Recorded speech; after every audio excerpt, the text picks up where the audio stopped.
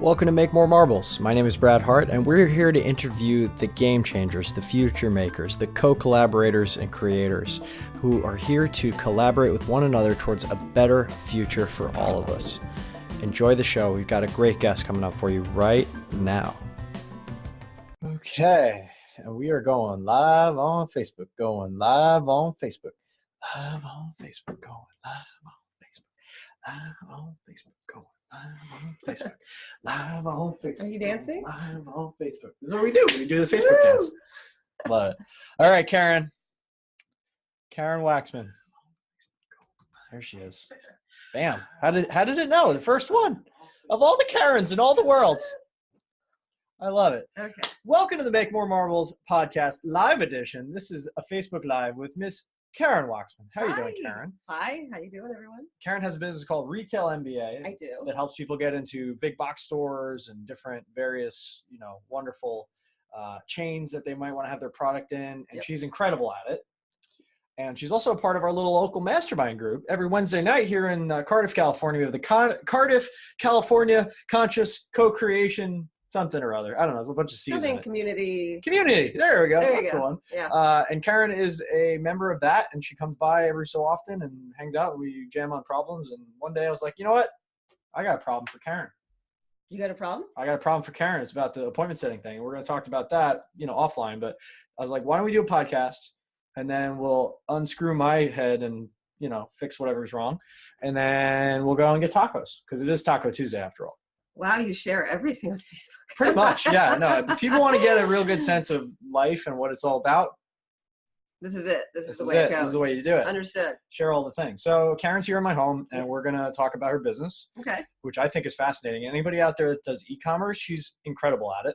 So definitely connect with her after the show, or just look her up on RetailMBA.com. RetailMBA.com. Yeah. So Karen, can you tell us a little bit of your hero's journey so far, heroine's journey, I should say, of how you became who you are, what is important to you, and what are the lessons you've learned along the way that made you who you are today?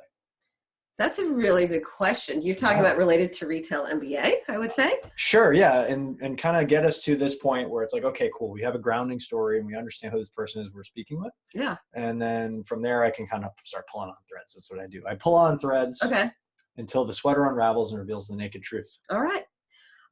So again, my name is Karen Waksman, founder of a company called RetailMBA. I started back in the early 2000s. I had this vision, this dream to move to New York and work in the fashion industry. That's what I wanted to do. It was something that I always wanted to do since I was a kid. Some of us just had this obsession with going to New York, and that's what I wanted to do. So I never understood why, but I went, and that's when I got hired by I had done sales for many years. Nice hat. Thank you. So basically I followed my dream. I worked for this guy. He had a company selling products to retailers, and I just wanted to work for him. He did not give me a lot of, support. And so I had to learn the hard way how to get products in stores. And so that's how it all started. I did it for years. I ended up learning how to do great things with retail and sold millions and millions of products and stuff. And it was fun. It was amazing, magical. Many years later, it's a completely different story, but I ended up starting to teach my simple formula that helps me get products into stores. And so the journey around that was, I was with, I did that, I sold people's products for years and I was good at it. And then what happened was I moved back to California, and I don't know, people kept bringing me their products. And one day this guy gave me this product, and I just watched how he tried to get his product into stores. He was a sales guy and he thought he'd do well, and he couldn't get his product in the store no matter what. What store was he trying to get into? At the time it was Walmart or anyone who would just buy his product. And so bottom line is, after months and months of him trying himself to get products in stores, he came to me, and I just kind of did a few things, and I got his product in stores in a couple of weeks. Wow. And it was into Walmart in a couple of weeks. And what happened was he tried for so long, and then when I did it really quickly and easily, and I had no relationships to those buyers, I had no anything, I just knew what to say to them. I realized there was a formula there. And so that's how it started. I had this aha moment of, wow, I do this thing to get products into stores, and I could share that thing with other people. And then that turned into me learning how to actually communicate and speak and share that with other people. And there was a whole sorts of trauma and drama around learning how to be that instead of a salesperson. So it's very different to sell somebody else's product, but now all of a sudden I'm selling me, I'm selling my story. And, it really brought up a lot of interesting things. I feel like business is the best form of therapy, and I learned so much about myself because I was like, who am I to share this with other people? There's other people who've been doing this longer or better or this or that. I went through it. So it took a long time for me to really align with this aspect of me that really wanted to share and help people. And so that's how it started. How long has it been now since you started RetailMBA? It's been 8 years. Wow. Congratulations. 8 years. And so you're in New York. Yeah. You came out to California, started the business, or was it already going when you lived there? No, I didn't start the business, for several years later. I mean, so I was just a rep for years. Got it. Never thought I would teach people how to make money with products. And now you run events and you help people get into stores. You have all these different programs. I really love talking to Karen because it's really easy because she's great at what she does and she takes a lot of action. So all you have to do is just steer her just 2 little millimeters in the right direction. Yes. She just goes. The next time it's a whole nother set of problems. It's really fun. Well, we have a lot of fun. Yes. So, so that's, I do a lot of things around it. I never would have thought, this, and by the way, I did this as a side project for a couple of years too. Sales is great. It's a great place to be in. And so I just couldn't let this one go. Every time I spoke at an event, anytime somebody told me they got products in the store, anytime anything sort of strange happened, I just was happy, and then eventually I'm like, I have to figure out what to do with this dream of mine, this new dream. And you guys know I geek out on wealth dynamics. So we were pretty sure that Karen was more like a deal maker type. No, we weren't.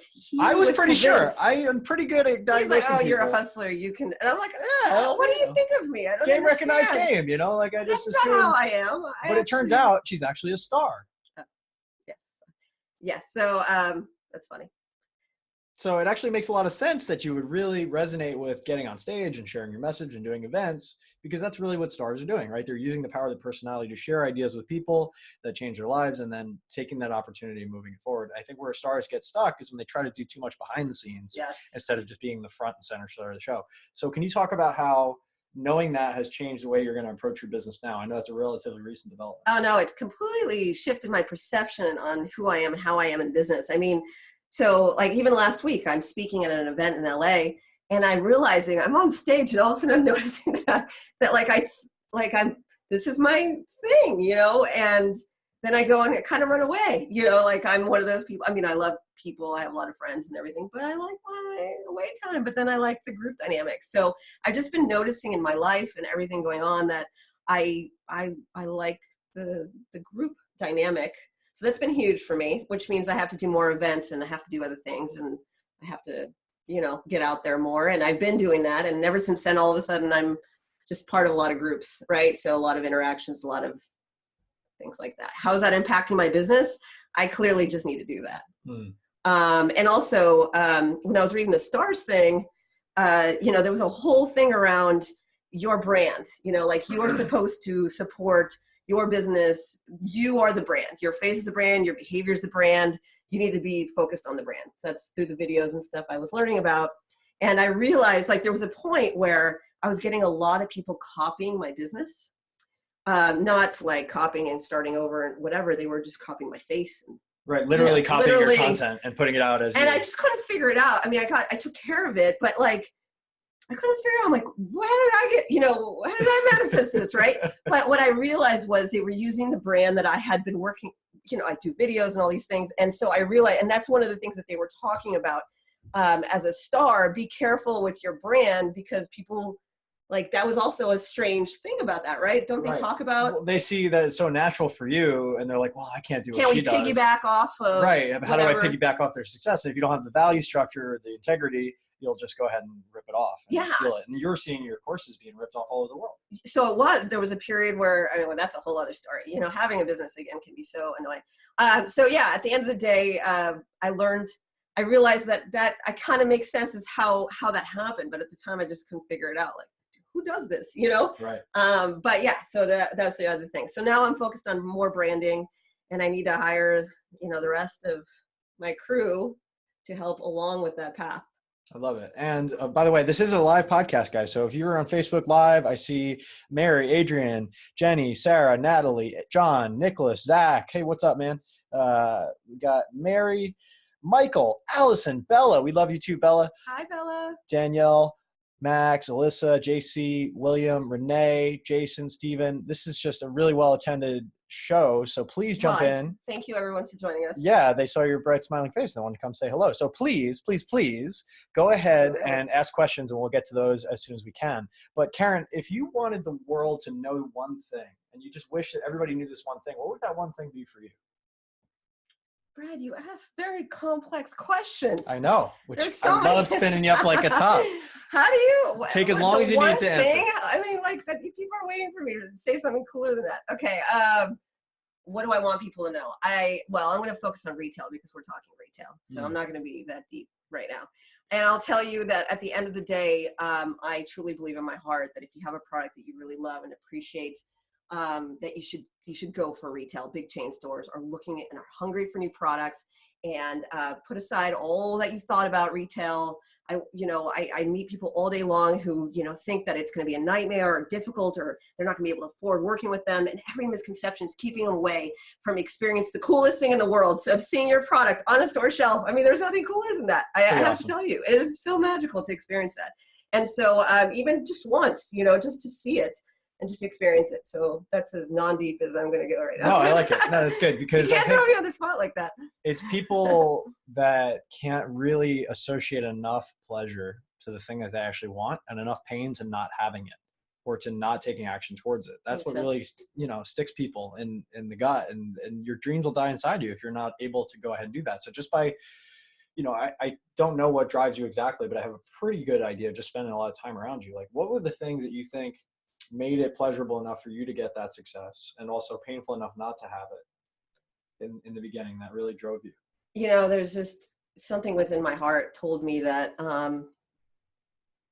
I really believe now that my purpose is to help and inspire as many people as possible while I'm here. I love that. So that's like my purpose. I'm speaking at an event last week, and it's like, if I could just get the message out that it's possible for you, like, just get you excited for a bit, help shift some sort of inspiration, I'm excited. That's like, I feel like that's what I'm here for. That's the thing for me. So number one, just being out there and just sharing that message. And what was the other question?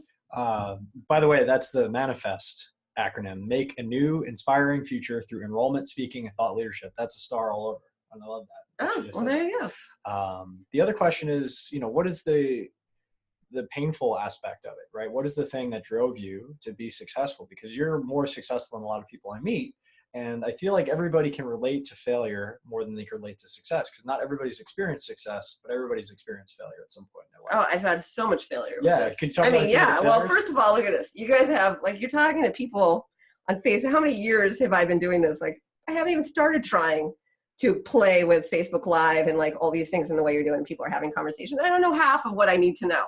It's like a constant torture with your business when you're looking, for, you're trying to grow your business and you don't know crap, and you keep learning, keep evolving and stuff. And so it's really hard for me because I hang out with all these top internet marketers and they're always talking about all these amazing things that they're doing. And I'm like, so old school ghetto, I get my message out, but there's always something new. In terms of painful memories, there's so many. So, I've spoken at like large events. I used to, early on, I couldn't sleep all night. I was sick all night before an event, like all night. Like I didn't sleep a wink. It took almost a year or two. And I have a personality, like I have a mouth, I can talk. Me going like on stage and just being terrorized by it happened every single time. Once I got on stage, I was fine. But it took a long time for me to get over that. The experience where, there's a few times where my business almost went under because of like, various, things that you never would have thought, like, again, like the people caught stealing and this and that and all these things, and maybe some mistakes that I made over the years. And so, there was even a point one time where, things got like on hold, like all these problems happened online. My business shut down, like sites went down, like, it was like a multitude of crazy things that occurred. And I'm crying. I'm upset at home. Everything just, I don't know what to do because I love this business and I worked on it for so long. but I almost have to get a job. Like it was like that. And at the time, I think it was like the people closest to me told me to go get a job.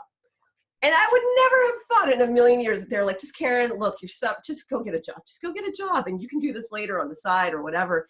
And I'll never forget them because I cursed them out. Like, Tell me what to do. What? Like you can't tell me. Like my mom and I are like the closest. We were like the best of friends, you know, like we are so close. And she said, because I could feel her. She just didn't want me to suffer. And I was like, but because of these people, you know, it was a relationship at the time. And then it was also like, you know, my mom, whatever. And they both like, were just like, dude, just go get a job. Be like everybody else. You don't have to do this all the time and perfect. And I'm like, can I swear? F you, you know, like I was like, no, I am not quitting. I'm not giving up. And I turned it around in a few months. It worked out. But so like, you needed that pain, right? You needed that almost that was losing agony. It all. And then on top of it, have everybody tell me that, like, you know, maybe my dream's a little crazy. You know, maybe people don't make money with information or people don't whatever. So there was a lot of pain points around that. Yeah. And I think the right information applied at the right time. I mean, we have some great questions coming through.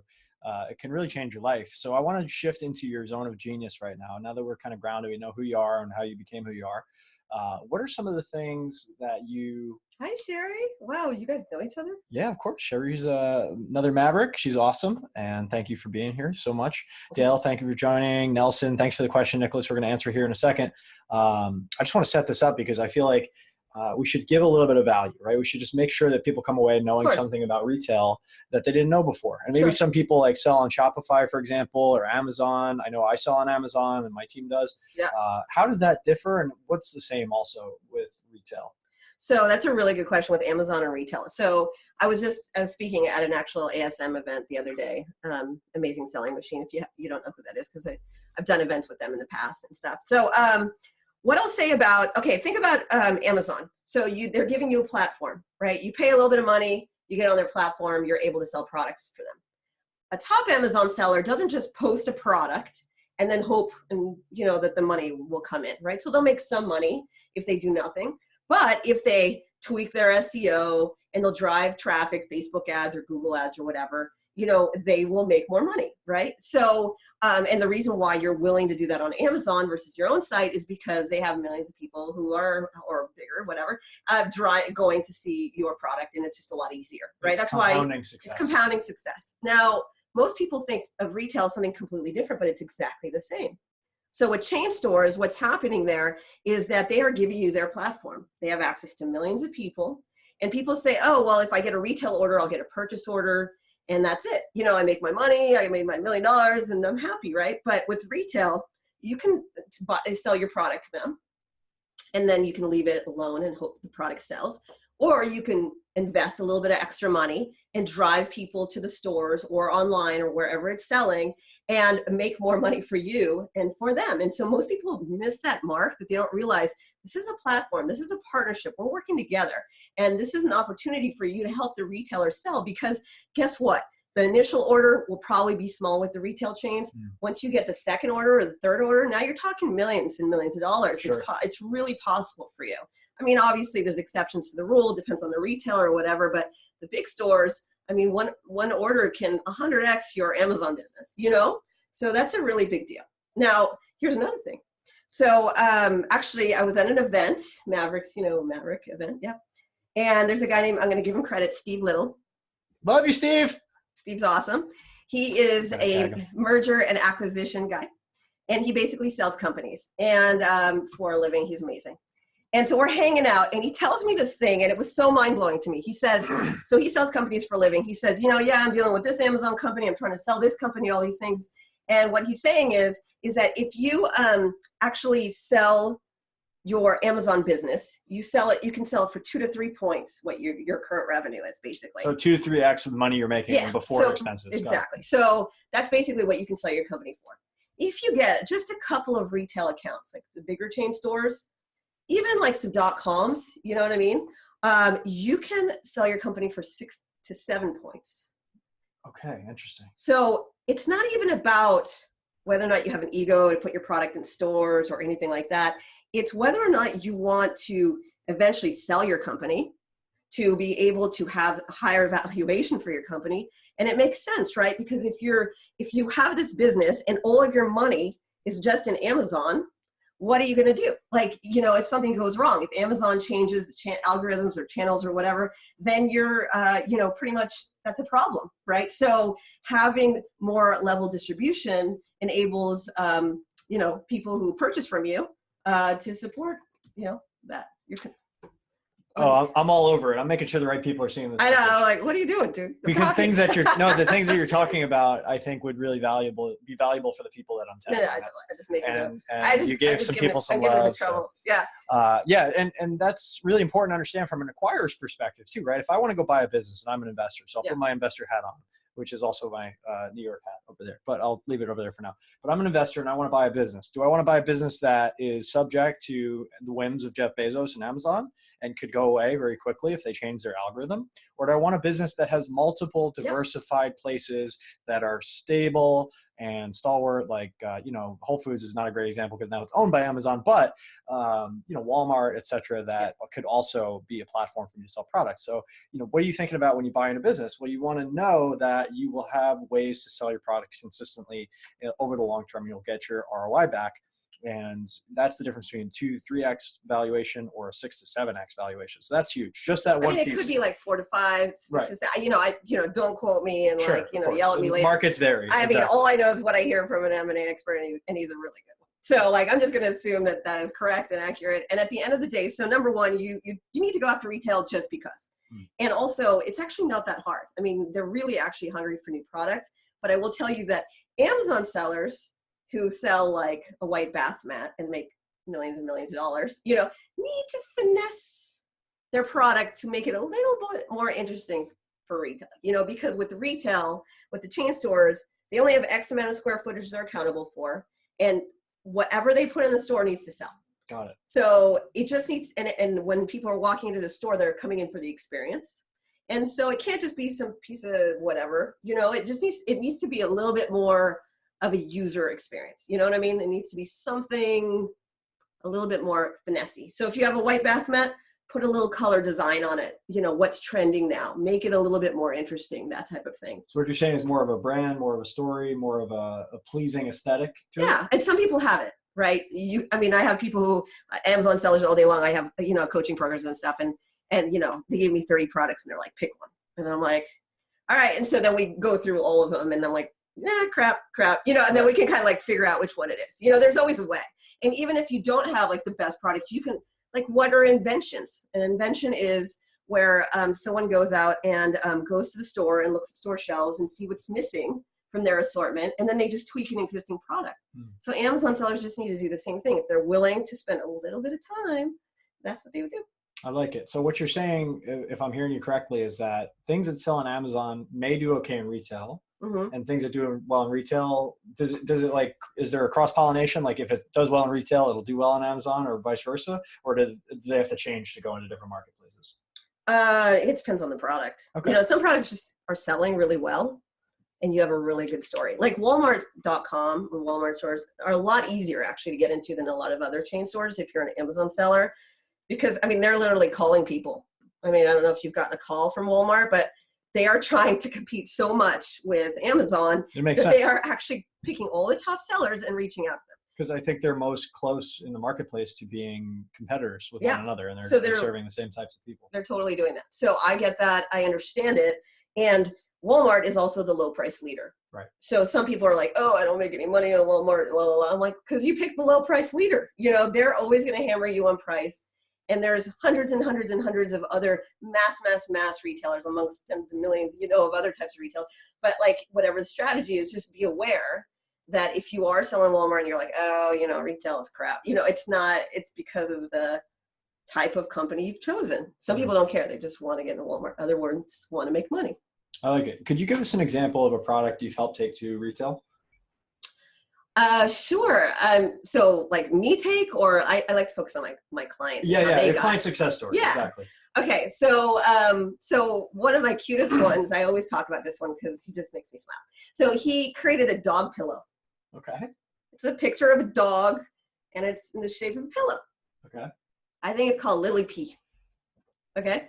So basically, this guy, actually, his first product was a keychains that had animals on them. Look at my arms are like moving around like I'm like a wild woman on this video. He has like 2 videos here, and I'm looking down here, but the video up there is alarming me. So if that's what you're looking at, so if that's what you're looking at, I'm so sorry. That's awesome. She's also whacking me every once in a while. I know, I'm moving around. She's giving me the old shimmy shake. I didn't know this was going to be a video today. I'm not prepared today. So anyways, so what were we talking about? Oh, right. So one of your client success stories. Okay, so dog pillow. So the first one was a dog magnet, and he wanted to learn how to get in stores. So I walked him through the process, and he takes this dog magnet and he gets into 3,200 Walmarts. And Wow. he didn't have any real sales with this product, but he weaseled in the door. He got, he knew what to say, and he got his product into 3,200 Walmarts. Then he has the second product, and he was like, I love this product, and I don't like my magnet, so I want this product in a Walmart. So thought he was cool. And he went to the corporate buyer, and the corporate buyer was like, I don't trust that this is going to sell. No. Is that because he hadn't sold his original? Sometimes the buyer's like, this is going to convert, and sometimes it's not. It really depends on the story. In his case, it was a really, really, really new product, and the buyer just didn't have, because also this one was a big pillow, so it takes up a lot of room. So it's a lot of extra space for them, and they sometimes don't want to risk that for something that they don't know is going to convert. So most people don't know this, but the physical store buyer at Walmart is different than the online buyer. Got it. And the local, and Walmart also has a local buying program where you can actually sell to one individual store. You can also sell to Walmart on a regional level. So that's another way. And then they're all different budgets. And then there's all sorts of other ways to sell in Walmart. But those are like some basic examples of that. But basically, because he went to the corporate buyer and the corporate buyer said no, then he got on the online buyer, to the online buyer, and online buyer said yes. But he was like, oh, that's not cool. I want to get into stores. So then he was like, okay, I'm going to go. Then he knew that there were other possibilities, because most people would just quit, but he knew what to do. So then he went to the local buyer, and he got his product. It's not a local buyer, local buying program. They allowed to purchase him from one store. He got it in there, but it sold really well. So then he got a floor display. And he put his kids on the floor display. So he was so proud. So he shows us this picture of him with the kids on the display. And he's so proud, right? Because it's got like 1 million pillows, and it's in Walmart and the local store, and the thing blows out. Then it sells like crazy, and then he gets it in more stores and more stores. So then he starts opening up different Walmart local accounts, and then he grows that way. And then the regional buyer picked it up at 128 stores. Then like the online thing is selling. And then now he's went full circle back to corporate. Wow. So the cool thing about that is now he has 2 products in the Walmart, totally different, by the truckloads, just crushing it. And this is a guy who just hadn't sold, he doesn't sell anywhere else. He's just he just wanted Walmart. And did he start to experience supply chain difficulties as soon as he got really popular and successful? He does this in not in California, in his hometown. He like rented a warehouse space, and he's like, they're doing it as a family, like ghetto, like stitching just and la la la. I shouldn't call it ghetto because now it's probably huge, but at the time, well, he made the money. Now you can reinvest back. Yeah, so he's like, in the beginning it was a bootstrap. Right, so like they're sewing there. I mean, he's got like a crew there, like he's made in America, like a whole thing, and so they were like all-nighters at this warehouse sewing up some pillows. I love it. That's awesome. So and so actually, it's on my Facebook page. Had pictures of him and all that stuff. That's beautiful. And thank you for helping people do this, because it seems so daunting, right? It seems so scary. I think one of the reasons that it's scary is because it's difficult to get rejected. And to get rejected on a corporate level takes a while. Like there's a sales cycle, you talk to multiple different people. And I can remember my own story of, I love these flossers. If you guys have ever hung out with me, I'm obnoxious with these things. I hate having stuff stuck in my teeth. I'll always excuse myself after a meal. I'll go floss in the bathroom or whatever. But, it's obviously not the most attractive quality that I have. However, I thought there was really something there. And I met a gentleman named Stephen Q. I've had on the show before, who's just brilliant. I don't know if his podcast came out this week or next week. Anyway, Stephen is brilliant. He started the One Simple Idea book and that whole thing. So he actually inspired me to go out and create a floss pick dispenser as opposed to the little jar of toothpicks at the restaurants. I'm like, oh, floss picks should be the next thing. I went to Procter & Gamble. I went to Colgate. I went to all these big companies, and they said, no, no, no, no, no. I had the patent. I had all the drawings, everything. So that was my one failure.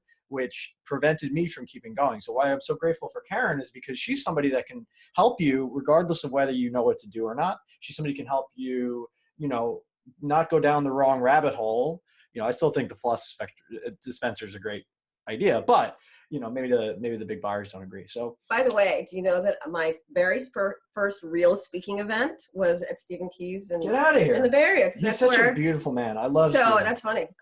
Yeah, like years and years ago, maybe one of my few. So yes, I know him. I know him a long time. He's a gentleman and a scholar. We speak on a lot of the same speaking stuff. I love it. But yeah, but somehow like I got more into the Amazon world and Shopify and all that stuff, and they're doing more adventure stuff. Can you just kind of take us into the mind of these buyers? Yeah. They're all a little bit different. Like, what do they care about, and how do we present ourselves as product creators and distributors in the best possible light so we have the highest chance of success? That's a really difficult question to answer because it depends on the product and how you would present it. So I think my secret sauce is, how do you get the buyer to believe the product will convert? That's the thing. Like, and it's not hard to do, but you just have to think about it from the buyer's perspective. They are so in trouble because of Amazon, right? They'll go to a store and then they'll look online and to see which price is better, And so people are Amazon's killing it, really hurting them. So they're having to get really smart. Now, a lot of people think that retailers are going to go under and all these things. I honestly don't believe that. I really authentically believe that there are slow moving ships who got, somebody came on, did some things, and now they're catching up. They're going as fast as physically possible to catch up, online and all these things. And so I do believe that it's like, I see it because I do webinars every month on a different retailer. I see what's going on with them. I do events with retailers. I'm very aware of what's going on. I mean, they're fighting a good fight, and there's a lot of products and I'm going on a tangent, but I'll just say this. A lot of people think that like retailers are going to go away. And I'll tell you that there's certain products that you are not going to always just go online to buy. Yes. Like Home Depot and all that stuff. You guys want to physically touch the couch that you're going to buy and all these things. I mean, some people don't, but a lot of people need that, so IKEA is another great example. IKEA and all sorts of other categories as well. So just be aware of it. And I actually read a statistic recently. It was a couple of years ago that it was only 5%, but I think it's about between 10 and 15% of all sales are happening online versus offline. So 85 to 90% of retail is still happening in brick and mortar stores. So it's nowhere near being over the tipping point. Yeah, I hear it all the time, by the way. Like Amazon, but retail is going, they're not going anywhere. There's one website. Think about if you look at the top 100 websites, they're all of the other retailers too. Amazon is just one of them. Yes. You know what I mean? So if you get a few more accounts, you can be well. And it's so important not to pigeonhole yourself too, because if you have the thesis that Amazon's the only way, then you're never going to go beyond that to create something that's going to allow you to have that diversified business that you can ultimately sell for higher multiple, or just have more cash flow and more protection of that cash flow. Because if one of your sales channels goes down, whether it's your fault or not, you're out of business. Like you talked about. So the buyer's perspective. Right. Go for it. They just want to make money. They want to make sure that the product sells. They have a day job. Their day job is to figure out which product is going to sell once it's in stores. Because again, that's their job. So if you had a day job and it's counting on you, buying things that make money, you just want to look at the products. Now, there's one buyer who typically buys products for all of their stores. So there is a buyer who buys consumer electronics, or more specifically iPhone accessories. And there's a buyer who buys women's shoes. And there's a buyer who buys something very specific. There's hundreds and thousands of buyers or thousands of buyers, per retailer. Okay. So from the buyer's perspective, they see the same product all day, every day. So, and maybe they have a few products they're responsible for. And so if you're going to bring them a product, so some Amazon sellers or whatever, I just use an example. I deal with a lot of inventors as well. But I'll say that you just have to think from the buyer's perspective. It's not just about you selling products well online. It's also, is there a market for it? Are people interested in it? If I put it in stores, how will I know it's going to sell? So everything you want to talk to them about is, will this convert? You know what I mean? So how do you get them to believe that? Well, if you have sales figures, you say, I've sold over X number of hundreds of thousands of units of this product or whatever. A lot of people don't have that. Like I have a lot of clients who have zero sales, zero anything, and they get their products in a chain store. So there's always a way to make the buyer believe it will convert. It's just the way that you create a story. So If you are going to, like, retailers love it when you sell in other retail chains. So if you've sold your product anywhere before, they actually want to hear about it. In other industries, they don't want to hear about competition, right? But in this case, they actually really like that. Again, you can still get into chain stores with 0 sales or anything, because it happens all the time. With that, you just have to have a little bit more finessing of a story. So sounds like you're pretty good at finessing. I like it. Well, what's going to make the buyer believe it's going to sell? Well, and it kind of comes back to that whole chicken and the egg thing. You think that you need sales in order to get inventory, or you think you need inventory in order to get sales, but it sounds like you just need a great story delivered to the right person at the right time who's looking for something that you can provide then, and then you're off to the races. So, by the way, I want to tell you that about 90% of all the interactions over the last several years have been virtual with the buyers. They'll meet you after they buy from you. There'll be time, obviously there's exceptions to the rules. Some retailers just want you to fly in. Most of them actually, they'll meet you virtually, then they'll see your product. And it's really important that you come up with that compelling message, because it's 80% strategy, 20% actually sales. So if you have a decent amount of, if you're willing to put a little work into that, you can literally get an order virtually, meet with the buyer later once it starts making real money. You know what I mean? So that's something that most people don't want to go after retail chains, because they think they're going to have to fly all over the country and all these things.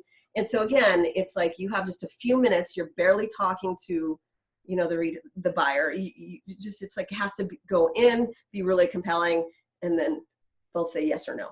So if you're blending, because we mentioned Steven already, and I think he's got a great model for this. If you're blending Steven's model and your model, let's say our models are totally different. Right, but let's say you could marry them together. Let's say it was, all right, I have this idea. I go and I get it drawn out. I get a provisional patent, which costs $300-400, whatever it is. Yeah, it's not the same. Right, and then you have this story of this product you believe that you could get into a store, and you're able to sell it. Would it be possible to start a business with very little capital? And because I'm all about helping people get over the hurdles that they have mentally, physically, or otherwise to actually get started. So let's say you did have somebody who had a great idea, who maybe had some, story and branding around it, and then wanted to get in retail. You said with 0 sales, would that be one of the places they could do it, or would you do it entirely different? I know Steven's and your models are very different, but if you were to marry the two together. Yeah. So there's a lot of ways to sell something and make something and whatever. So what you're talking about, just so you guys know, if you don't know his model, it's more licensing. You basically come up with an idea and you rent that idea to a company, and they make it and they produce it and so forth. But then there's people like me who come up with an idea and I just want to turn it into a business, because it's just more my personality. Totally. So I want to make this thing and whatever. With retailers, actually, there's a way for you to get it, someone to pay for it, actually. So you can actually get someone to give you the money to manufacture and so forth. You have to come up with the original and the product, and the actual product itself. You have to go to a manufacturer, you have to start the setup. So you do need to do that. And there are people who, people come up with, put it on their credit card, they, all the ways that you start a business, right? But if you get an order, so sometimes people don't want to go after Bed Bath & Beyond, for example, because they're worried that they can't afford the, whatever. So what I would say to you is that there's something called retail factoring. So there are third-party companies who would actually, if you got a purchase order from, Home Depot or whatever, they'll pay for that order. They'll give you the money to manufacture, develop it, and so forth, and then help you, you deliver it. And then once you get paid, they'll get paid. Does that make sense? No, that makes a lot of sense. And they're happy to do it because they know they're going to get paid by the big chain store. Yeah. So, and you don't even need good credit because they're basing it off the retailer's credit. Interesting. Now, there's obviously, again, exceptions to the rule, but there are a lot of companies out there who do that. So basically, you could get most of your products financed. It's very common. Nobody knows how to pay for a 100,000 unit order. It's not just hanging out in someone's bank account. It's really not. Right. So, that seems to be the biggest hurdle is I need to be successful before I can be successful. Right. It's actually not true. And so there are third-party companies who are happy to do it for a couple points. It's like 2 to 3 points. You set it up in advance even before you start going after retail chains. And then when you get an order, you bring in the purchase order and they handle it. And this is called retail factoring. It's called retail factoring. So you can just Google these companies, or is there a list that you provide? I do give people, I have some contacts and so forth. You can reach out to me. I'm happy to support. I love that. So what would be, we talked about kind of generating an idea. We talked about getting into retail. We talked about some of the strategies you use to contact buyers and talk to buyers and spin that story and get them to buy in and create a PO, and then you're off to the races. What are the other pieces of this chain that we might have overlooked?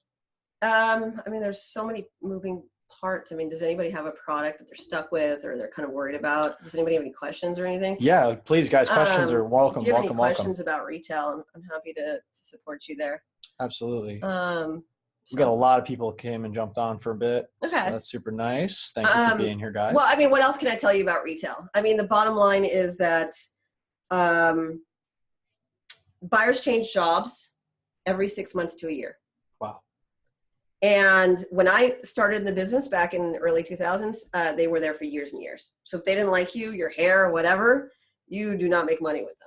So that how could anybody not like your hair, Karen? Come on, that just sounds ridiculous. Women and situations and business sometimes, there's. She's gorgeous.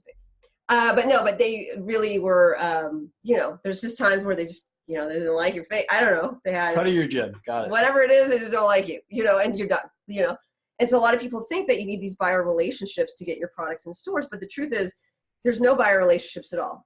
The reason they change, I think there's a lot of reasons. First of all, when a buyer changed jobs from being, the underwear buyer to something else, they actually become better buyers, right? They learn different math, different situations and everything, right? The other thing is that they don't want any emotional connection to you and the vendor. Interesting. So back in the day, people were paying people off to be able to get a buyer deal, right? Because they stay for years. We're besties. We'll go to dinner. We'll go to meals. You like me.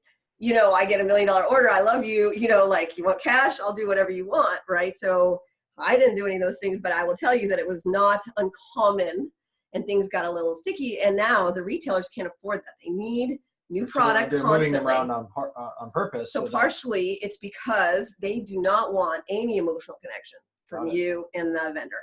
So the thing that you need to understand is that whoever's telling you that they have relationships for people for years and years at retailers is absolutely inaccurate. Maybe the CEO and the VP and like some of the really top people, but most of the buyers are always changing. So they don't get fired necessarily. They just get moved around. They get moved around or they switch companies or whatever. So basically what that means for you is if you are worried that you are going to screw up and you're going to make a mess of the whole thing, if you're willing to learn a little bit and try and get in stores, you should do that. I'll tell you that even if the buyer says no to you in 6 months, there's probably another buyer. That's amazing. So on the one hand, it's horrible for the big companies who've been doing that for years because they have to establish a new relationship, right, with these buyers every time the buyers go. It just really causes them a problem. But for the new guy, for the people starting out, it's fantastic because you don't totally mess with your business or anything like that. Does that make sense? No, it makes a lot of sense because I think most people's mythology would have them believe that, we got to get this person, this relationship, this buyer. But in reality, it's actually more of a level playing field now. Oh, yeah. Than it's ever been. You can't go to lunch. You can't buy them a meal. Wow. You can't give them a gift for the holidays. They'll send it back. You can't even send typically an unsolicited sample. Interesting. They cut all emotional ties. So what I teach it's got nothing to do with sales or anything. It's all strategy. And that's why I work when I first started, the reason why when I was working with like Steven back in the day, like with his audience, they were all engineer types and people who hated sales. And like, I love those guys. They were so much fun for me, like, I'm like, dude, just do this and that. And they like got it, they were so much fun. Yeah. They were so methodical. And I'm like, but the thing is with those, they understood that it was all strategy. And so it was so great because it wasn't even about, hey, buy my product. It wasn't any of that. They're not even listening to you. They don't even care about you. They only care about the product and the way you present it to them. And that's the way it should be ultimately, right? They all want to make money. You want to make money. And if you could just take all that emotion out of it and say, well, hey, what's going to win in the marketplace? And here's why I think it's going to win. You have the best story, the best data to back it up. Yes. You win.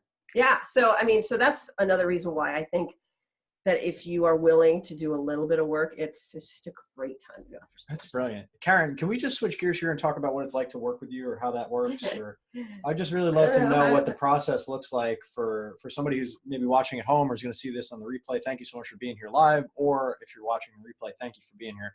I really work hard to develop relationships with people who just get things at a level that I will never get them. Like, I'm never going to be the top retail person. I'm never going to be the top whatever, right? I can only go on the marble making journey I'm on.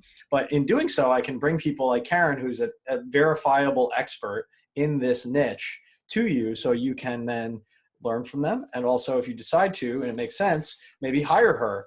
Because honestly, if you need help in this particular area, I'm not going to be shy about it. Like, go and hire this woman to help you blow up your brand. So that's going to be awesome. Karen, what does it look like to work with you? How do people reach out? So you can go to my website, RetailMBA.com. You can find me on Facebook too. And my phone number, my company number, and email is on that site. Cool. RetailMBA.com. RetailMBA.com. And so, yeah, I have a training program. In a weekend, you can know exactly how to go off the shores yourself. It includes a year of like interaction, coaching calls with me in a group setting.